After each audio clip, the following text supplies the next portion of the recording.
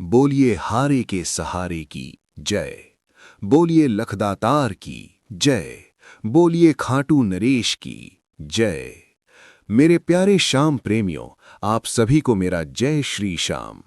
दोस्तों, हम श्याम प्रेमियों के लिए दिवाली या होली से भी बड़ा कोई त्योहार है तो वो है ग्यारस। जी हां, एकादशी। वो दिन जब हमारा सांवरिया सेठ श्याम बाबा अपना खजाना लुटाने के लिए बैठा होता है। वो दिन जब बाबा अपने भक्तों की पुकार सबसे जल्दी सुनते हैं। लेकिन क्या आप जानते हैं, साल की हर एकादशी का अपना अलग महत्व होता है। और अभी जो एकादशी आ रही है वो कोई साधारण एकादशी नहीं है। ये माघ मास की षठ तिला एकादशी है। ये वो एकादशी है जो आपके दुर्भाग्य को सौभाग्य में बदल सकती है, जो आपकी खाली झोली को अन्न और धन से भर सकती है।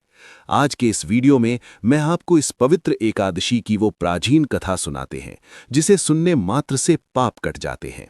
साथ ही वीडियो के अंत में आपको श्याम बाबा के वो गुप्त उपाय बताएंगे जिसे अगर आपने इस ग्यारस पर कर लिया तो यकीन मानिए अगली ग्यारस तक आपकी मनोकामना पूरी होने के रास्ते खुल जाएंगे। तो बस अपना मन बाबा के चरणों में लगा दीजिए और अगले कुछ मिनट मेरे साथ इस भक्ति गंगा में डुबकी लगाइए। कमेंट बॉक्स में अभी से लिख दीजिए जय श्री श्याम, ताकि बाबा की हाजिरी लग जाए।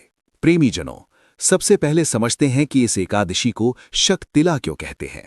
हमारे शास्त्रों में, विशेषकर पद्म पुराण में, भगवान श्री कृष्ण ने स्वयं इसका महत्व बताया है। षठ का अर्थ होता है 6 और तिला का अर्थ है तिल। इस दिन तिल का 6 प्रकार से उपयोग करने से इंसान को हजारों साल की तपस्या का फल मिलता है। वो 6 प्रकार क्या हैं? ध्यान से सुनिए और नोट कर लीजिए। तिल मिश्रित जल से स्नान करना, तिल का उबटन शरीर पर लगाना, तिल से हवन करना, तिल मिला हुआ जल पीना, तिल का दान करना और तिल से बनी मिठाई या भोजन भगवान को भोग लगाना और खुद ग्रहण करना। कहते हैं कि जो मनुष्य इस दिन इन 6 तरीकों से तिल का प्रयोग करता है, वो जितने तिल के दाने उपयोग करता है उतने हजार वर्षों तक स्वर्ग में स्थान पाता है।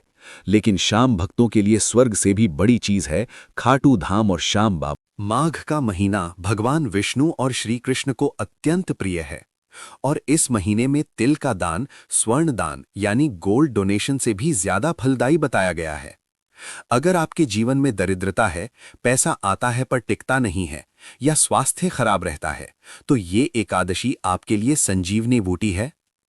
अब आपको वो कथा सुनाते हैं जो स्वयं पुलस्त्य ऋषि ने भीष्म पितामह को और भगवान श्री कृष्ण ने नारद जी को सुनाई थी। बहुत समय पहले की बात है। पृथ्वी पर एक ब्राह्मणी रहती थी। वो बड़ी धर्मपरायण थी, भगवान की बहुत पूजा करती थी, व्रत रखती थी। उसने भगवान विष्णु के प्रति इतनी श्रद्धा रखी कि एक बार उसने पूरे 1 महीने तक कठोर व्रत किया। व्रत के प्रभाव से उसका शरीर तो शुद्ध हो गया, वो पाप मुक्त हो गई। लेकिन उस ब्राह्मणी में एक कमी थी। उसने कभी भी किसी भी भूखे को अन्न का दान नहीं किया था। उसने कभी किसी साधु संत को भोजन नहीं कराया था।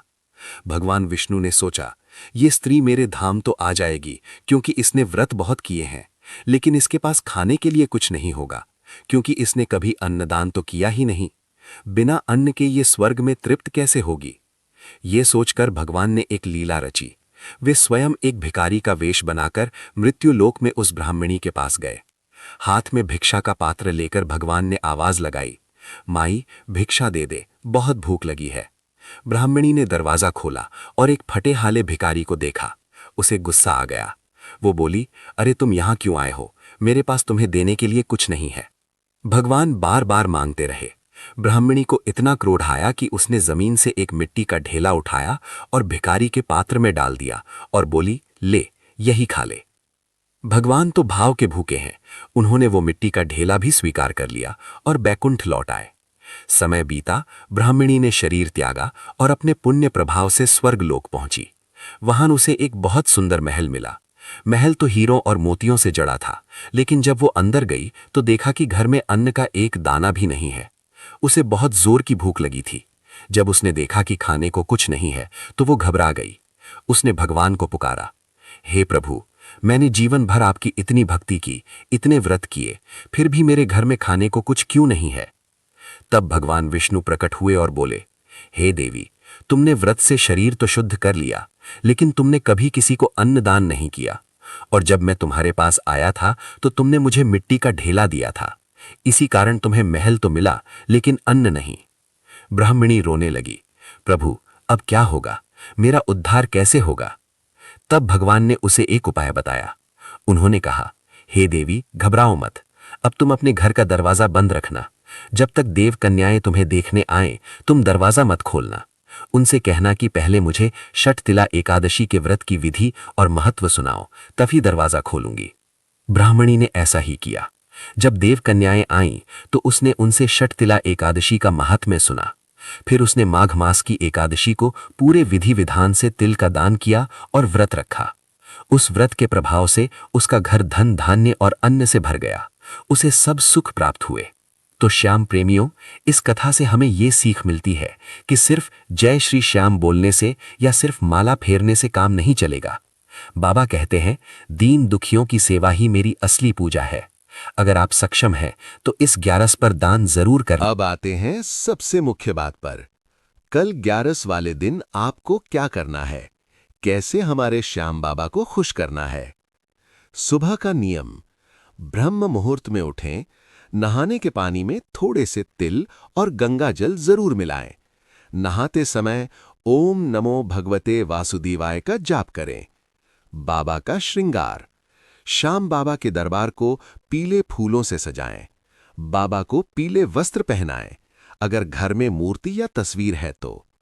ज्योत, शुद्ध घी की ज्योत जलाएं। हो सके तो उस घी में भी 1-2 दाने तिल के डाल दें। पाठ, विष्णु सहस्त्रनाम का पाठ करें या फिर श्याम चालीसा का पाठ करें, लेकिन सबसे सरल है महामंत्र का जाप, श्री कृष्ण शरणम ममः या जय श्री श्याम। और हां, 11 की रात को सोना नहीं चाहिए। श्याम प्रेमी तो वैसे भी कीर्तन के दीवाने होते हैं। रात को बाबा का कीर्तन करें, भजन गाएं। अब मैं आपको वो उपाय बता रहे हैं जो इस एकादशी को शुभ फल देने वाली बना देगा। अगर आपकी कोई मनोकामना बहुत समय से अटकी है तो ये करें। उपाय 1, तिल के लड्डू का भोग। इस दिन श्याम बाबा को तिल और गुड़ के लड्डू का भोग सबसे प्रिय है। 11 या 21 लड्डू अपने हाथ से बनाएं। भोग लगाते समय प्रार्थना करें, बाबा जैसे ये तिल और गुड़ एक हो गए हैं वैसे ही आप और मेरा परिवार हमेशा एक रहे। फिर ये प्रसाद गरीबों में बांट दें। उपाय 2, पंचामृत में तिल। बाबा को स्नान कराते समय या भोग लगाते समय पंचामृत में काले तिल जरूर मिलाएं। इससे पितृदोष शांत होते हैं और घर में कलेश खत्म होता है। उपाय 3, 5 मुट्ठी तिल का दान। एक लाल कपड़े में 5 मुट्ठी तिल और 11 रुपए रखकर पोटली बनाएं। इसे बाबा के चरणों में स्पर्श कराएं और फिर किसी ब्राह्मण या मंदिर के पुजारी को दान दे दें। मन में अपनी इच्छा बोलें, बाबा श्याम आपकी झोली भरने में देर नहीं लगाएंगे। उपाय 4, गौ माता की सेवा। 11 के दिन तिल और गुड़ मिलाकर गौ माता को खिलाएं। गौ माता के शरीर में 33 कोटि देवी देवता होते हैं। उनका आशीर्वाद सीधा श्याम बाबा तक पहुंचता है। मेरे प्यारे श्याम प्रेमियों, एकादशी सिर्फ भूखे रहने का नाम नहीं है। एकादशी अपने विकारों यानी बुराई को त्यागने का नाम है। इस 11 पर संकल्प लें कि हम किसी की निंदा नहीं करेंगे, किसी का दिल नहीं दुखाएंगे। बाबा तो भाव के भूखे हैं। भाव का भूखा हूं मैं और भाव ही एक सार है। भाव से जो भजता मुझे तो उसका बेड़ा पार है। तो कल की 11 को ऐसे मनाएं कि खाटू वाला भी ऊपर से देखकर मुस्कुराए और कहे, हाँ ये मेरा पक्का भक्त है। अगर आपको आज की ये जानकारी, ये कथा और ये उपाय अच्छे लगे हों तो इस वीडियो को अपने सभी श्याम प्रेमी मित्रों, रिश्तेदारों और व्हाट्सएप ग्रुप्स में शेयर जरूर करें। क्या पता आपके एक शेयर से किसी और भक्त का भला हो जाए और उसका पुण्य आपको मिल जाए। चैनल को सब्सक्राइब कर लें ताकि हर 11 पर आपको बाबा का संदेश मिलता रहे। जाते जाते कमेंट बॉक्स में अपनी हाजिरी लगाते जाइएगा और जोर से लिखिएगा, जय श्री श्याम, हारे का सहारा बाबा श्याम हमारा। मिलते हैं अगले वीडियो में।